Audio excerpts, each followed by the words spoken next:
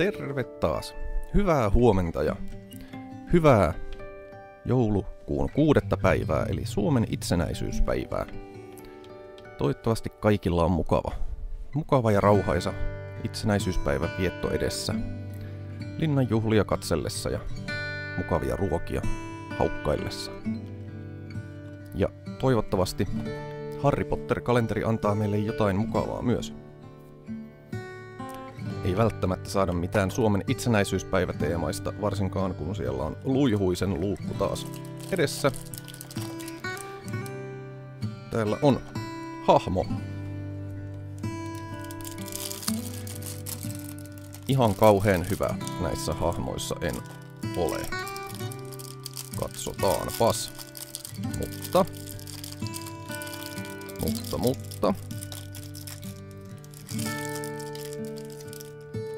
Meillä on pitkähkö tukka. Tällä kertaa jopa normaalit taipuisat jalat.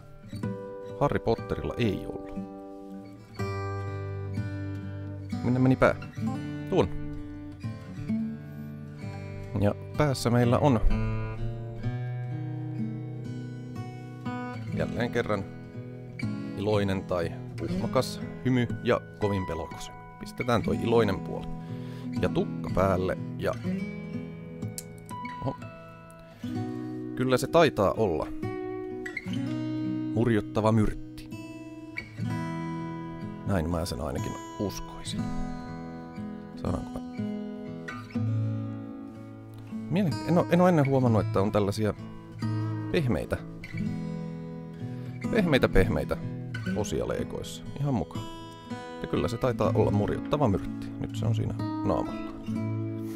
Oikein soma. En tiennyt, että myrtti on Luihuisen hahmoja. Nyt tiedän senkin.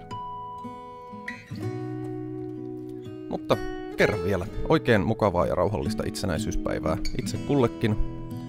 Me nähdään taas huomenna aamulla. Siihen asti. Hei hei!